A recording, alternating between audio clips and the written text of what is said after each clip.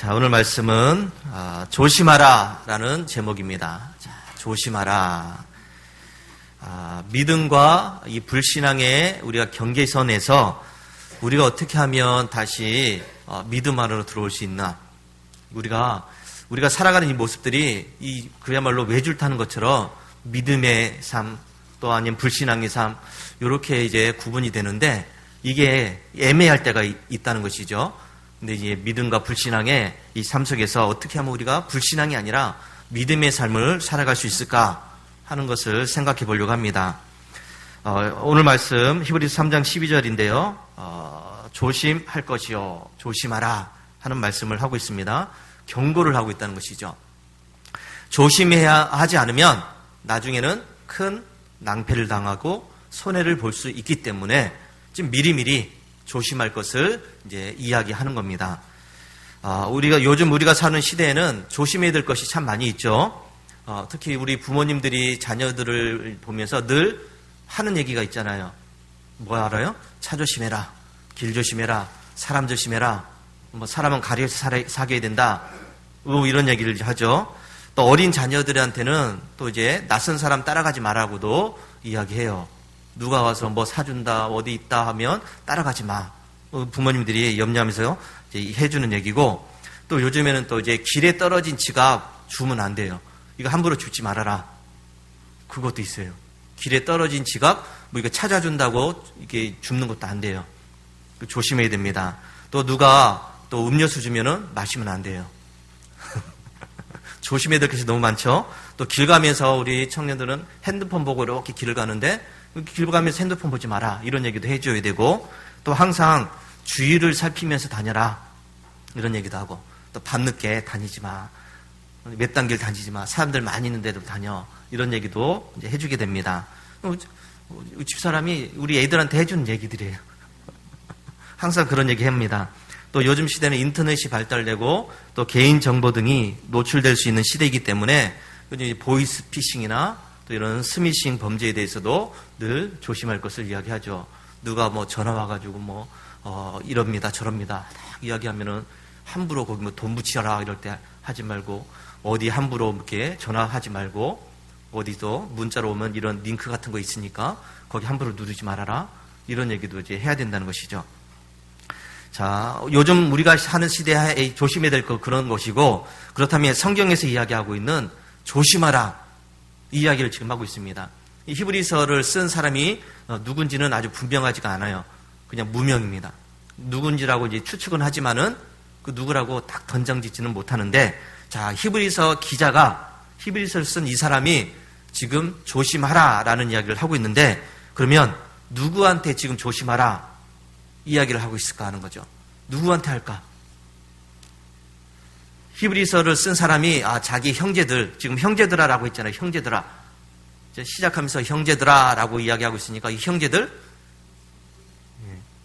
자기 가족들, 친구들, 아는 사람들, 이런 사람들이 아니라 바로 예수님을 구주로 고백하는 믿음의 사람들, 함께 떡을 나누면서 포도주도 마시면서 예배하는 이 공동체를 향해서 지금 조심하라 하는 이야기를 하고 있습니다.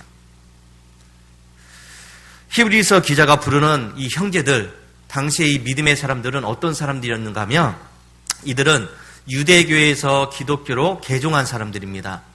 그러니까 처음부터 예수님을 믿은 사람들이 아니라 복음을 듣고 구원받은 사람들. 처음에는 태어나면서 보니까 유대인입니다. 자기는 유대교를 믿는 사람들이에요. 지나다 보니까 복음을 듣게 되었고, 그래서 복음을 듣다 보니까 교회 안에서 예배드리게 되었고, 그래서 기독교로 개종한 우리 유대인 크리스찬들을 이야기합니다.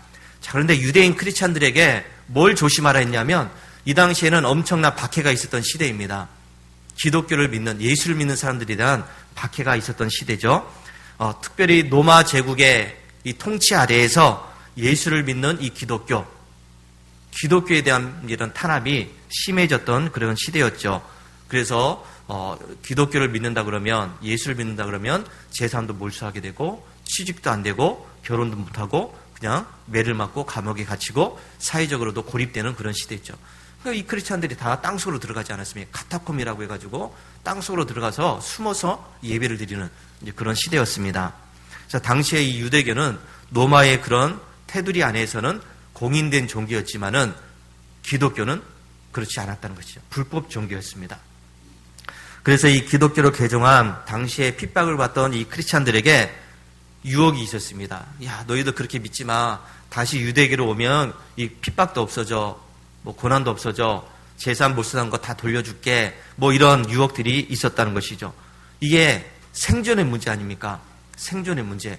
예수를 믿으면 핍박을 받고 감옥에 갇히고 재산 다 빼앗기고 그렇게 죽게 되는데 다시 돌아와. 유대교로 돌아와. 그러면 살 수 있어. 이런 이제 유혹이 있다 보니까 많은 성도들이 여기에 이제 또 넘어갈 수 있는 그런 상황이었습니다. 그래서 지금 조심하라 이야기해요. 그런 것에 대해서 조심하라. 그리고 또 하나 로마의 압자에 있던 이런 고통당하는 사람들이 보니까 복음을 들어보니까 하늘로 올라가신 예수님께서 다시 오셔서 세상을 심판하신다는 이 복음을 전했습니다. 하늘로 올라가신 그 예수님이 다시 오셔서 세상을 심판하실 거야. 그러니까 당시에 지배를 받고 있던 유대인 입장에서는 예수님이 오셔가지고 세상을 심판하신다. 이 로마 제국을 심판하시겠다. 이런 기대감을 갖게 돼요. 일본이 우리나라를 그렇게 지배했듯이 그럴 때 독립군들이 생겨나고 그렇게 했듯이 당시에도 이 유대 사회에서는 로마 식민지를 받고 있는 이런 상황에서 예수라는 사람이 다시 와가지고 로마 제국을 멸망시키겠다 하는 기대를 갖고 있었습니다. 자, 그래서 그 이야기를 듣고 예수를 믿기 시작했는데, 근데 예수를 믿었는데 예수님이 다시 오신다는 그 예수님은 소식이 없습니다. 언제 올지 몰라요. 온다 하는데 아무런 징조도 없다는 것이죠. 그러니까 그 당시에 믿던 사람들이 로마의 그 압제에서 고통당하는 그런 상황, 예수가 와가지고 자기를 해방시켜준다는 이런 기대감을 갖고 있었는데 그 예수가 오지 않는다는 것이죠. 언제 올지 알지 못하고 무작정 기다리고 있을 수도 없고, 그러니까 이들이 너무 힘들다는 거죠. 고통스럽다는 겁니다. 영적으로도 지쳐있는 그런 상태이고 무력해진 상태죠. 이런 상태에 있는 그 믿음의 형제들에게 히브리서 기자가 지금 조심하라 하는 이야기를 하고 있습니다. 자, 그렇다면 히브리서 기자가 이런 상태에 있는 그 성도들에게 조심하라 그러는데 무엇을 조심하라 했는가 하는 것이죠. 무엇을 조심하라. 자, 두 가지 의미가 있습니다. 원어적인 의미를 제가 이제 찾아봤더니 두 가지가 있는데, 하나는 블레페테라고 하는 단어예요. 블레페테. 이것도 조심하라는 그런 이야기인데, 단순히 그냥 조심하라 하는 그런 이야기가 아니라 항상 깨어서 조심하라는 이야기예요. 깨어서 조심하라. 정밀하게, 아주 세심하게 살펴보라는 얘기입니다. 이 현재 명령어로 해서 지금 그렇게 하라는 것이죠. 나 어저께 그렇게 조심했어. 이게 아니라, 그것으로 된 것이 아니라 어제가 아니라 지금 그렇게 항상 살펴봐라. 항상 조심하라 하는 이야기를 하고 있습니다. 내가 어떤 일을 할 때, 그 일을 할 때 어떤 마음의 동기를 가지고 그 일을 하고 있는지 이것도 한번 살펴보고, 내 신앙이 그저 타성에 젖어 있는 신앙이 아닌지도 살펴보라 하는 그런 말씀입니다. 그래서 우리 군대에서 군인들이 보초를 쓰는데, 그 군인들이 보초를 쓰듯이 그렇게 24시간 내내 영적인 내의도를 가동해서 그렇게 주변을 살펴봐라, 또 자기 자신을 살펴보라 하는 그 말이 바로 이 조심하라, 블레페테라는 그런 이야기입니다. 그래서 어쩌다 한번 살펴보는 것이 아니라 매일매일 그 삶 속에서 자기 자신을 살펴봐라. 쉬지 말고 너를 한번 돌아봐라. 너의 영적인 상태가 어떤 것인지를 한번 살펴보라 하는 이야기를 조심하라 하는 그 말에 이제 담겨서 하고 있습니다. 자, 두 번째 원어적인 의미는 뭐냐면 아포스테나이라고 하는 그런 말입니다. 이거는 하나님에게서 떨어질까 조심하라 이렇게 이야기하고 있는데, 이 하나님께 떨어질까라는 그 이야기는 떠난다는 이야기예요. 하나님을 떠난다, 배신한다, 배교한다 하는 그런 이야기입니다. 이거는 자기 실수로 어쩌다가 그냥 넘어진 것이 아니라 자기가 의지를 가지고서 떠난다는 이야기예요. 목적을 가지고. 그동안 예수를 믿고 하나님을 믿었는데 이제는 안 믿어. 자기가 결심하고 떠난다는 그런 이야기가 바로 아포스테나이라는 그런 이야기입니다. 자, 하나님의 살아계심을 경험했음에도 불구하고 결국에는 세상의 핍박도 못 이기고 고난도 못 이기고 자기 욕심에 따라서 결국은 하나님을 등지고 떠나는 것을 이야기하는 겁니다. 마치 탕자가 아버지한테 재산을 달라고 해서 그 아버지 집을 떠나는 것처럼 그렇게 이야기하는 것이 바로 여기 조심하라 하는 말 속에 담겨져 있습니다. 이것은 결국 믿지 않는 마음에서 나오는 거예요. 믿지 않는 악한 마음. 하나님을 믿었다고 한다면 이 믿음을 지키고 있어야 되는데 이게 믿은 것이 아니라 믿은 척을 했다는 것이죠. 믿은 척을 하니까 고난이 오고 힘들어지고 그러다 보니까 못 견뎌, 못 참아 떠나는 겁니다. 여기 있으면 안 되겠다. 살 길을 찾아서 떠난다는 것이죠. 여기서 우리가 중요한 신학적인 질문을 하나 한번 해봐야 되는데, 여러분, 한 번 구원은 영원한 것인가? 아니면 한 번 구원받았어도 결국은 그 길에서 떨어질 수 있는가? 하는 그런 문제입니다. 이거 가지고 지금 신학적으로 많이 논쟁이 있어요. 어떤 데에서는 한 번 구원은 영원한 구원이야. 한 번 구원받았으면 그거 끝까지 가는 거야. 근데 우리는 아니죠. 한 번 구원받아서 그것 가지고 끝까지 가는 게 아니다. 우리는 이제 그런 이야기를 해요. 이게 이제 계속 이제 논쟁하는 그런 단계입니다. 우리가 믿는 이제 성경에서는 두 가지를 다 이야기하는데 어떻게 해석하느냐에 또 달라질 수도 있지만은 가장 성경적인 것이 어떤 것이냐 찾아봤을 때 저는 감리교 신학이니까 웨슬리 전통을 따르는 거니까 한 번 구원은 영원한 구원이 아니다는 것을 이야기합니다. 한 번 구원받았다고 영원한 것 이걸 믿으면 안 된다. 그런 이야기죠. 웨슬리 목사님도 하나님의 절대적인 은혜를 믿었습니다. 하나님께서 너희들에게는 절대적인 은혜를 주신다. 하나님을 믿어라. 하나님께서 너희들을 끝까지 이끌어 가신다. 분명히 이야기합니다. 그런데 여기에 한 가지 더 추가할 것은 그 하나님의 은혜에 대해서 내가 반응해야 된다는 것이죠. 자유의지를 가지고 내가 하나님께서 이끌어 가신 그 은혜에 아멘하고 따라가게 되면 끝까지 믿음을 지키는데, 만약에 그것이 안 될 때는 결국은 그 믿음의 길에서 떨어질 수밖에 없다 하는 것이 우리가 믿는 그 교리적인 측면입니다. 하나님은 우리를 인격적으로 대우하십니다. 인격적인 분 아닙니까? 하나님 우리를 강제로 끌어다가 억지로 하기 싫은 거 강제로 시키는 분이 아니죠. 기계적으로 우리를 이끌어 가신 분이 아니라는 겁니다. 그래서 하나님은 우리에게 이 구원의 손길을 내미셨습니다. 그런데 우리가 이 완악한 마음으로, 하나님을 믿지 못하는 그 마음으로 그 구원의 손을 거부하고 잡지 않는다면, 그래서 내가 하나님의 떠나기로 결정했다고 한다면 하나님은 그런 나의 결정도 존중해 주신다는 것이죠. 강제로 안 돼, 그러면 안 돼, 몇 번은 그렇게 하시겠지만은 결국은 내가 하나님을 떠나기로 마음먹었다라고 한다면 하나님은 내버려 두시는 거죠. 내버려 두십니다. 떠난다는 사람 붙잡지 않는다는 겁니다. 따라서 여러분, 이 구원이라고 하는 것은 과거의 사건에 머무는 것이 아니라 오늘 현재 하나님과 내가 어떤 관계를 맺고 있는가 하는 겁니다. 내가 옛날에 구원받았으니까, 내가 막 성령 받아가지고 은혜 받아가지고 회개하면서 구원받았으니까 이 구원 지금도 여전히 유효한가? 아니라는 겁니다. 그 믿음이 끝까지 가야 된다는 것이죠. 현재 내가 하나님과 어떤 관계를 맺고 있는가, 이게 중요하다는 겁니다. 나 10년 전에 구원받았어, 30년 전에 구원받았어, 이거 아무런 소용이 없어요. 지금 내가 하나님과 어떤 관계 속에 있는가, 이게 중요하다는 것이죠. 자, 참된 구원이라고 하는 것은 오늘 내가 주님 안에 거하면서 주님의 음성을 듣고 순종하는 삶 그 자체에 있는 것이죠. 옛날에 믿은 것으로 우리가 계속 그거 가지고 우려먹으면 안 돼요. 곰탕 끓여 먹듯이 막 옛날에 내가 믿었으니까 지금도 여전히 그게 있는 것처럼 생각하면 안 된다는 것이죠. 옛날은 옛날이고 지금은 지금이에요. 지금 내가 믿음을 지키지 못하면 내 믿음은 없는 겁니다. 자, 여러분, 가룟 유다와 베드로 이 두 사람을 통해서 오늘 얘기한 조심하라는 것을 한번 생각해 보려고 하는데, 자, 조심하라. 이거는 그냥 우리가 그냥 넘겨짚고 넘어갈 그런 문제는 아니에요. 아주 심각하게 생각해야 될 그런 문제입니다. 자, 첫 번째, 아까 원어적인 의미를 얘기했을 때 블레페테라고 이야기했죠. 이것은 영적인 내들을 켜고 매 순간 내 마음의 동기가 어디에 있는가, 내가 일을 하려고 하는데 내 마음의 동기가 여기 어디에 있는가, 하나님의 영광을 위한 것인가 아니면 내 욕심을 위한 것인가를 살펴보라는 것이고, 그리고 내가 하고 있는 이 일들이 과연 내 욕심에 따라서 지금 하고 있는가, 이걸 이제 살펴보라는 그런 의미입니다. 그래서 이 감시하라, 철저하게 자기 자신을 감시하라, 영적인 상태를 감시하라, 지금 이야기를 하고 있습니다. 근데 이 가룟 유다와 베드로는 이 블레페테, 이 감시적인 차원에서 좀 달랐습니다. 자, 가룟 유다가 자, 예수님을 은 30냥에 이제 팔아 넘겼죠. 뭐 때문에요? 욕심 아닙니까? 욕심. 은 30냥 그것 때문에.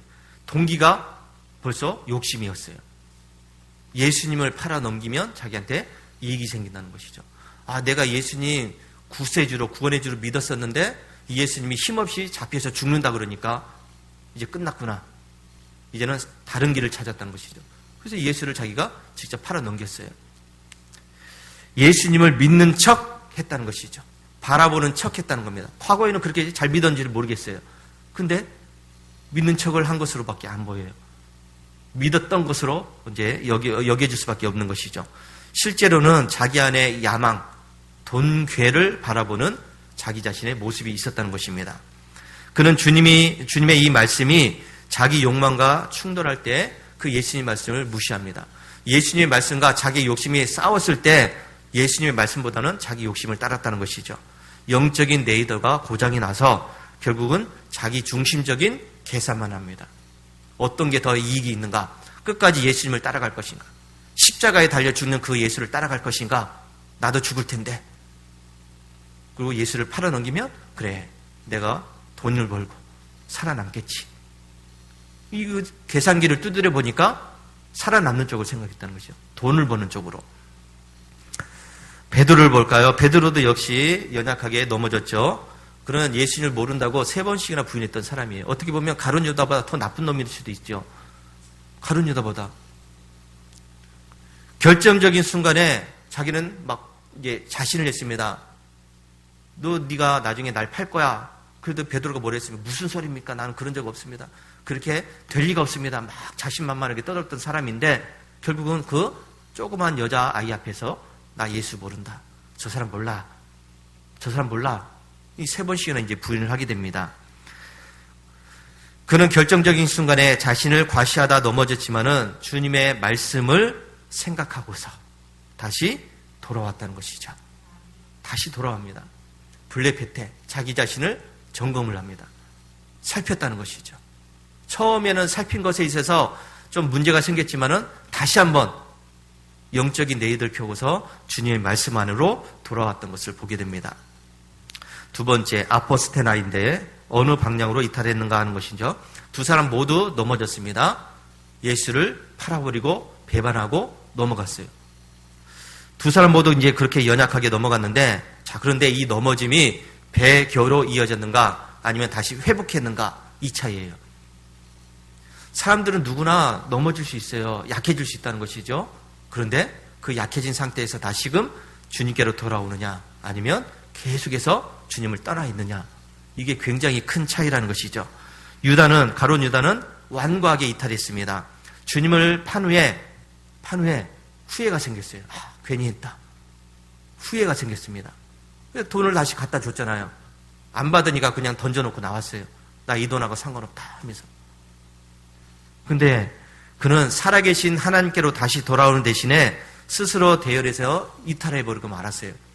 후회는 했는데 회개는 하지 않았다는 것이죠. 이것이 바로 배교의 무서운 그런 상황이라고 할 수가 있습니다. 하나님을 경험했어요. 가룟 유다도 역시 마찬가지로 예수님이 전도대를 보냈을 때 귀신을 쫓아내고 병든 자도 고쳐주고 복음을 전했던 사람이에요. 사람들한테 그렇게 열심히 전했던 사람인데 결국은 무너졌다는 것이죠. 결국은 자기 욕심에 따라서 자기 자신을 살피지 못한 것 때문에, 그래서 그 자기가 배교했던 그 문제를 자기가 해결해 보려고 애를 쓰다가 결국은 하나님께로부터 멀어진 것을 보게 됩니다. 후회는 했는데 회개가 없었다는 것이죠. 결국은 생명 없는 영원한 죽음의 자리로 떨어지고 말았습니다. 자, 그러면 베드로는 어떻게 했는가? 베드로 역시 마찬가지로 무너졌죠. 넘어졌습니다. 하나님을 모른다고 3번이나 부인했습니다. 자, 그런데 이 모습 보면 그 예수님을 배반한 것처럼 생각되지 않습니까? 배반했어요. 3번씩이나. 아주 확실하게 배반을 했습니다. 그런데 이 베드로는 후회를 한 것이 아니라 회개를 했다는 것이죠. 그는 하나님의 그 은혜의 울타리 안에서 울었습니다. 닭 울음 소리를 듣고서. 다 울음소리를 듣고서 그 은혜를 통해서 다시금 회복되는 그 과정을 거치게 됩니다. 자기의 그 연약함, 비참함을 깨닫고서 그리고 다시금 하나님께로 마음을 돌리는 회개를 선택한 것을 보게 됩니다. 의지적으로 그 하나님의 은혜에서 떠난 것이 아니라 자기의 부끄러운 모습 그대로 다시 하나님의 은혜 자리로 나오게 됩니다. 이게 정말로 중요한 문제라는 것이죠. 웨슬리 목사님은 과거에 구원받은 것이 중요한 것이 아니라 지금 내가 하나님과 어떤 관계에 있느냐, 이게 중요하다고 그랬습니다. 이 개혁주의 신앙이라고 있습니다. 여러분 개혁주의 신앙 들어보셨나요? 이게 뭐냐면 칼빈을 중심으로 한 장로교 신앙을 이야기해요. 개혁. 그러니까 천주교에서 개혁해서 나왔다는 그런 이야기예요. 개혁주의 신앙. 여기에서는 어떤 걸 주장하냐면 하나님께서는 구원받기로 예정된 성도들을 끝까지 붙잡으신다. 하나님께서 끝까지 책임지신다. 한번 구원받기로 결정된 사람은 끝까지 구원하시고 한번 구원받지 못하기로 결정된 사람들은 구원받지 못한다. 이게 바로 개혁주의 신앙입니다. 이게 성도의 견인이라고도 이야기하는데 하나님은 너를 버리지 않으셔. 하나님은 너를 고아처럼 내버려두지 않으셔. 이걸 주장해요. 맞잖아요. 하나님은 우리를 결코 버리지 않으십니다. 결코 우리를 고아처럼 내버려두지 않으십니다. 이거 사랑의 하나님이시니까. 끝까지 우리를 책임지십니다. 그래서 이 개혁주의 신앙에서는 성도의 견인이라고 하는 하나님께서 끝까지 책임진다는 겁니다. 이거 교리를 믿기 때문에 절대로 구원의 길에서 떨어뜨리지 않는다. 구원받은 사람은 한 번 구원받은 사람은 끝까지 간다 하는 것을 주장합니다. 근데 여기서 오해를 하고 있는 것이 뭐냐면 성도의 견인이라는 것을 하나님이 강제로 끌고 가는 것으로 생각을 하기 때문이에요. 하나님이 끌고 가시는데 가기 싫다는 사람은 억지로 끌고 가신다. 그렇게 이야기하는 것이죠. 근데 여러분 하나님은 강제로 끌고 가시는 분이 아니에요. 이걸 우리가 이제 기억을 해야 됩니다. 내가 싫어도 하나님의 뜻이니까 하나님 나를 무조건 끌고 가실 거야. 아니에요. 하나님 싫은 사람 내버려 둡니다. 깨닫고 회개하기를 돌아오기는 마음은 하나님은 그래서 은혜를 계속 주시는데 강제로 끌고 가지 않는다는 거예요. 너 싫어도 해야지. 머리채 붙잡고 끌고 가지 않으신다는 겁니다. 그 자리에서 깨닫게 하시는 분이에요. 깨닫게. 뭐가 잘못됐는지, 뭐가 문제인지를 깨닫게 하셔서 다시금 은혜 안에서 내 발로 걸어서 오기를 원하시는 것이 하나님의 뜻이지 싫다는 사람 억지로 끌고 가서 구원의 자리에 앉혀놓은 분이 아니라는 것이죠. 하나님은 우리를 버리지 않습니다. 사랑의 하나님이십니다. 그러나 내가 그 하나님을 거부하면, 하나님의 그 은혜를 거부하게 되면 하나님은 나를 끌고 가지 못하신다는 것이죠. 이것이 앞에서 말했던 한 번 구원은 영원한 구원인가? 아니면 구원의 길에서도 떨어질 수 있는가 하는 그런 문제예요. 이 가룟 유다와 베드로의 이야기는 이 부분을 아주 잘 보여주고 있는데 하나님께서 만약에 강제로 끌고 가신다, 싫다는 사람 강제로 끌고 가신다, 구원받기로 예정된 사람이니까 그냥 억지로 끌고 가신다, 이런 교리라고 한다면 가룟 유다도 지금 구원의 반열에 있어야 되는 거 아닙니까? 구원의 자리에 있어야 돼요. 근데 어느 누구도 이 가룟 유다가 구원받았다고 이야기하는 사람이 없어요. 히브리서 기자도 굳이 믿음의 형제들에게 조심하라는 이야기를 할 필요가 없어요. 이미 구원받은 사람들 뭘 조심합니까? 조심해도 안 해도 상관없이 하나님이 강제로 끌고 가시니까. 근데 지금 히브리서 기자는 조심하라고 이야기해요. 누구한테요? 믿음의 사람들에게. 예수를 믿고 있는 사람들에게 조심하라고 이야기합니다. 고난받고 힘들어하고 있는 그 성도들에게 그 믿음을 지켜야 된다. 하나님을 떠나면 안 돼. 계속 조심하라는 것을 이야기하고 있습니다. 구원은 지금 내가 하나님의 은혜의 부르심에 어떻게 응답하고 있는가 하는 겁니다. 지금 하나님의 부르심에 내가 어떻게 응답하고 있는가. 유다는 이 하나님의 은혜를 거부합니다. 자기의 욕심, 욕망 때문에 하나님을 팔아버렸고 예수를 팔아버렸고 거부했습니다. 믿음의 길에서 넘어졌습니다. 그런데 이런 유다에게도 하나님의 은혜는 충분히 열려져 있었다는 것이죠. 유다를 깨닫게 하시려고, 유다를 다시 돌아오게 만들려고 하나님은 은혜를 주셨는데 유다는 거기까지는 못 갔어요. 자기가 스스로 해결하다 보니까 넘어지고 말았습니다. 스스로 이 믿음을 점검하는 것을 놓쳤다는 것이죠. 하나님은 유다의 그 자유의지적 선택을 강제로 꺾지 않으셨고 은혜를 주시면서 돌아오라, 회개하라, 돌아오라, 회개하라 말씀하셨지만은 결국은 돌아오지 않았습니다. 베드로는 하나님의 은혜 속에서 다시금 돌아왔다는 것이죠. 베드로는 결정적일 때 예수님을 모른다고 부인했습니다. 넘어졌습니다. 그러나 이 베드로가 다시 하나님의 그 부르심을 받게 된 것은 그의 의지가 강해서가 아니에요. 그의 의지가 강해서가 아니라는 것이죠.